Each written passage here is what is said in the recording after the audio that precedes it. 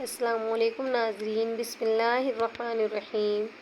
محترم ناظرین، حضور نبی کریم صلی اللہ علیہ وسلم نے فرمایا کہ 6 ایسی عورتیں ہیں جن کی نماز ان کے منہ پر مار دی جائے گی۔ ناظرین، قبولیت اعمال ایک راز ہے جو موت کے بعد ہی کھلے گا، اور اگر اعمال کے قبول بعد میں قبول کا معلوم کرنا اتنا آسان ہوتا تو ریاکاروں اور بدعتیوں کی اتنی کثرت نہ ہوتی۔ ہاں، البتہ شریعت نے قبولیت اعمال کا معیار اور کسوٹی بتا دی ہے کہ عمل کرنے والا صحیح عقیدہ ہو، عمل عین سنت کے مطابق ہو اور خلوص پر مبنی ہو، اور اپنے نیک اعمال کو برباد کرنے والے گناہوں سے بچتا ہو، تو اسے اللہ تعالیٰ سے قبولیت اور فضل کی امید رکھنی چاہیے۔ کائنات کی تخلیق کا مقصد اللہ کی عبادت ہے، اور عبادت کی قبولیت کے لیے جدوجہد بس ضروری ہے۔ چنانچہ عدم ایمان کے باعث کافر اور منافق کا کوئی بھی عمل آخرت میں فائدہ نہیں دے گا، البتہ انہیں دنیا میں پورا بدلہ دے دیا جائے گا۔ عمل کی قبولیت کے لیے اخلاص اور اتباع سنت لازمی امور ہیں۔ اخلاص کا مطلب یہ ہے کہ نیکی کا مقصد اور مطلوب صرف رضائے الہی ہو، جس کے لیے نیت بنیادی کردار کی حامل ہے، کیونکہ نیت کی وجہ سے چھوٹا عمل بھی بڑا بن جاتا ہے۔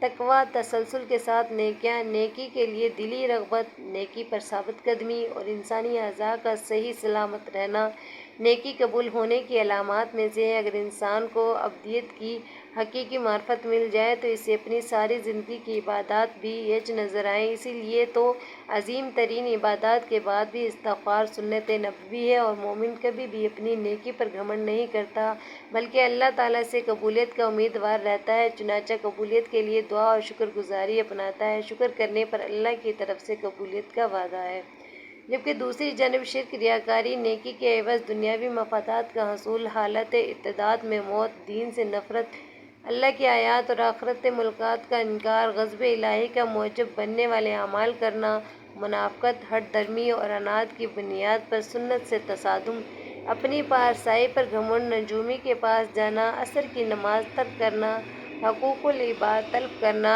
تنہائی میں گناہ کرنا، غیر شرعی مقصد کے لیے کتا پالنا اور شراب نوشی سے نیکیاں مٹ جاتی ہیں۔ لیکن کچھ ایسی عورتیں ہیں جن کی نماز ان کے منہ پر مار دی جائے گی، کیونکہ وہ عورتیں نماز تو پڑھتی ہیں۔ جنت میں جانے کے لیے ان کا صرف نماز پڑھنا کافی نہیں ہے کہ وہ جنت تک انہیں پہنچا دے۔ کچھ ایسی عورتیں ہیں جو نماز خوب پڑھتی ہیں، روزے خوب رکھتی ہیں، لیکن ان کی نماز کا کوئی فائدہ نہیں، اور ان کی نماز ان کو جہنم کی آگ سے نہیں بچا سکتی، کیونکہ وہ ایسی نیکیوں کے ساتھ ایسے گناہ کرتی ہیں کہ وہ گناہ ان کو جہنم میں لے کر جائیں گے۔ کیونکہ آپ صلی اللہ علیہ وسلم نے فرمایا، 2 چیزیں اسلام نے ہم کو دی، پہلی ہے حقوق اللہ اور دوسرا حقوق العباد۔ پہلے اللہ کے حق، بعد میں بندوں کے حق۔ حقوق اللہ میں نماز، روزہ اور زکوٰۃ اور حج ہیں۔ بندے کو چاہیے کہ یہ تمام حقوق پورے کرے۔ پھر اس کے بعد جو حقوق العباد ہیں وہ بہت مشکل ہیں، کیونکہ اگر حقوق اللہ میں سے کسی ایک حق کی پامالی ہو گئی تو اللہ تعالیٰ سے توبہ کریں، اللہ تعالیٰ معاف فرما دے گا، لیکن اگر حقوق العباد میں سے کسی حق میں پامالی ہوگی تو حقوق العباد کی معافی نہیں ہے۔ ناظرین، اب ہم آپ کو ان عورتوں کے بارے میں بتاتے ہیں جن کی نماز یا کوئی بھی نیکی قبول نہیں ہوتی۔ رسول اکرم صلی اللہ علیہ وسلم نے یہ بات بھی بیان کی کہ جو عورتیں جوان ہو جائیں جب تک سر پر دوپٹہ نہیں ہے اس کی نماز نہیں ہوتی، اور آپ صلی اللہ علیہ وسلم نے یہ بھی بیان فرمایا، جو اپنے بالوں کو نہیں ڈھانپتی اس کی نماز قبول نہیں ہوتی۔ رسول اللہ صلی اللہ علیہ وسلم نے یہ بھی فرمایا کہ اگر کوئی عورت مسجد میں جاتی ہے عطر و خوشبو لگا کر، جب تک وہ غسل نہیں کر لیتی اس کی بھی نماز قبول نہیں ہوتی۔ اس لیے فرمایا، اے عورتوں کی جماعت، تم میں سے کوئی مسجد میں جائے تو خوشبو لگا کر نہ جائے جب تک کہ یہ غسل نہیں کر لیتی، یہ نماز یا عبادت قابل قبول نہیں۔ خاوند کی نافرمانی کرنے والی عورت کی بھی نماز قبول نہیں ہے۔ حدیث کے الفاظ ہیں، 3 ایسے لوگ ہیں ان کی نماز کبھی قبول نہیں ہوتی۔ نمبر 1، غلام مالک کی اجازت کے بغیر دوڑ گیا، اگر وہ جا کر تہجد بھی پڑھے گا لیکن اس کی کوئی بھی نماز یا عبادت قبول نہیں ہوگی۔ نمبر 2، ایسی عورت جو اپنے خاوند کو ناراض کر کے رات گزارے، اس کی بھی نماز قبول نہیں کی جاتی۔ اور ایسا انسان جو لوگوں کو نماز تو پڑھاتا ہے لیکن لوگ اس کی امامت پر خوش نہیں ہیں، پسند نہیں کرتے، شرط یہ ہے کہ کوئی شرعی سبب ہو تو اس کی بھی نماز قبول نہیں ہوتی۔ حضرت ابو ہریرہ رضی اللہ تعالیٰ عنہ سے روایت ہے کہ آپ صلی اللہ علیہ وسلم نے فرمایا، 3 لوگوں کی نماز قبول نہیں ہوتی اور نہ کوئی نیکی اوپر چڑھتی ہے۔ نمبر 1، بھاگے وہ غلام کی جب تک کہ وہ اپنے مولی کے پاس نہ آ جائے اور ان کے ہاتھ میں اپنا ہاتھ نہ دے دے۔ نمبر 2، ایسی عورت جس سے اس کا شوہر ناراض ہو۔ نمبر 3، اور مست شرابی جب تک کہ شراب کا اثر ختم نہ ہو جائے۔ حدیث پاک میں ہے کہ عورت کے لیے اس کا شوہر جنت یا جہنم ہے، کیونکہ اس کے حق کو ادا کر کے وہ جنت پا سکتی ہے۔ جس کا اتنا بڑا حق ہو بھلا اسے ناراض کیسے کیا جا سکتا ہے؟ اس لیے اگر شوہر ناراض ہو جائے تو اسے راضی کرنے کی کوشش کرنی چاہیے، کیونکہ اس کے بغیر دنیا آخرت میں نقصان ہے۔ حضرت عائشہ صدیقہ رضی اللہ تعالیٰ عنہ کی روایت ہے کہ نبی کریم صلی اللہ علیہ وسلم نے فرمایا، بالغہ عورت کی نماز سر ڈھانپے بغیر قبول نہیں ہوتی۔ اس حدیث میں نماز کے دوران سر ڈھانپنے کا حکم ہے۔ چنانچہ اگر عورت دوران نماز سر نہ ڈھانپے تو اس کی نماز نہیں ہوتی۔ عورت کو نماز میں ہاتھ، پاؤں اور چہرے کے علاوہ باقی سارا بدن ڈھکنا ضروری ہے۔ ایسے باریک کپڑوں میں جن سے بدن جھلکے نماز نہیں ہوتی۔ جو کپڑے ایسے باریک ہوں کہ ان کے اندر سے بدن نظر آئے، ان سے نماز نہیں ہوتی۔ نماز کے لیے دوپٹہ موٹا استعمال کرنا چاہیے۔ چہرہ، دونوں ہاتھ گھٹنوں تک اور دونوں پاؤں ٹخنوں تک، ان 3 اعضاء کے علاوہ نماز میں پورا بدن ڈھکنا عورت کے لیے نماز کے صحیح ہونے کی شرط ہے، اس کے بغیر نماز نہیں ہوگی۔ نماز کے دوران سر کھل جائے اور 3 بار سبحان اللہ کہنے کی مقدار تک کھلا رہے تو نماز ٹوٹ جائے گی، اور اگر سر کھلتے ہی فوراً ڈھک لیا جائے تو نماز ہوگی۔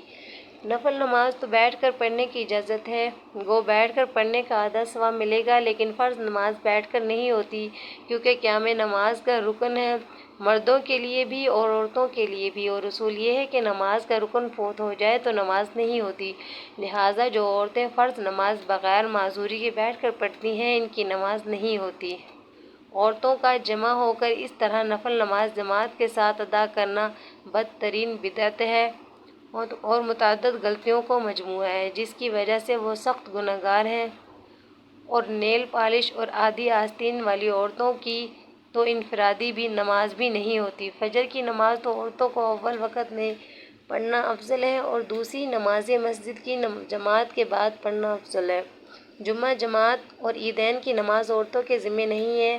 حضرت صلی اللہ علیہ وسلم کا بابرکت زمانہ چونکہ شر فساد سے خالی تھا، ادھر عورتوں کو حضور صلی اللہ علیہ وسلم نے احکام سکھانے کی ضرورت تھی، اس لیے عورتوں کو مساجد میں حاضری کی اجازت تھی، اور اس میں بھی یہ قیود تھی کہ باپردہ جائیں، میلی کچیلی جائیں، زینت نہ لگائیں۔ اس کے باوجود عورتوں کو ترغیب دی جاتی تھی کہ وہ اپنے گھروں میں نماز پڑھیں۔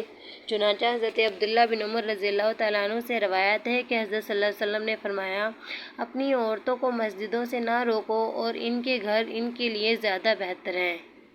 حضرت عبداللہ بن مسعود رضی اللہ تعالیٰ عنہ سے روایت ہے کہ رسول اللہ صلی اللہ علیہ وسلم نے فرمایا، عورت کا اپنے کمرے میں نماز پڑھنا اپنے گھر کی 4 دیواری میں نماز پڑھنے سے بہتر ہے، اور اس کا پچھلے کمرے میں نماز پڑھنا اگلے کمرے میں نماز پڑھنے سے بہتر ہے۔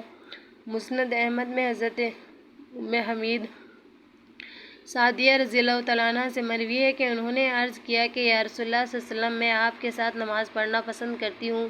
آپ صلی اللہ علیہ وسلم نے فرمایا، مجھے معلوم ہے کہ تم کو میرے ساتھ نماز پڑھنا محبوب ہے، مگر تمہارا اپنے گھر کے کمرے میں نماز پڑھنا گھر کے صحن میں نماز پڑھنے سے بہتر ہے، اور گھر کے صحن میں نماز پڑھنا گھر کے احاطے میں نماز پڑھنے سے بہتر ہے، اور احاطے میں نماز پڑھنا اپنے محلے کی مسجد میں نماز پڑھنے سے بہتر ہے، اور اپنے محلے کی مسجد میں نماز پڑھنا میری مسجد میں میرے ساتھ نماز پڑھنے سے بہتر ہے۔ راوی کہتے ہیں کہ حضرت ام حمید رضی اللہ تعالیٰ عنہ نے یہ ارشاد سن کر اپنے گھر کے لوگوں کو حکم دیا کہ گھر کے سب سے دور اور تاریک ترین کونے میں ان کے لیے نماز کی جگہ بنا دی جائے۔ چنانچہ ان کی ہدایات کے مطابق جگہ بنا دی گئی، وہ اسی جگہ نماز پڑھا کرتی تھی۔ یہ تو حضرت صلی اللہ علیہ وسلم کے دور سعادت کی بات تھی، لیکن بعد میں جب عورتوں نے ان قیود میں کوتاہی شروع کر دی جن کے ساتھ ان کو مساجد میں جانے کی اجازت دی گئی تھی، تو فقہائے امت نے ان کے جانے کو مکروہ قرار دیا۔ ام المؤمنین حضرت عائشہ صدیقہ رضی اللہ تعالیٰ عنہا کا ارشاد ہے کہ عورتوں نے جوانی روش اختیار کر لی، اگر رسول اللہ صلی اللہ علیہ وسلم اس کو دیکھ لیتے تو عورتوں کو مسجد سے روک دیتے، جس طرح بنی اسرائیل کی عورتوں کو روک دیا گیا تھا۔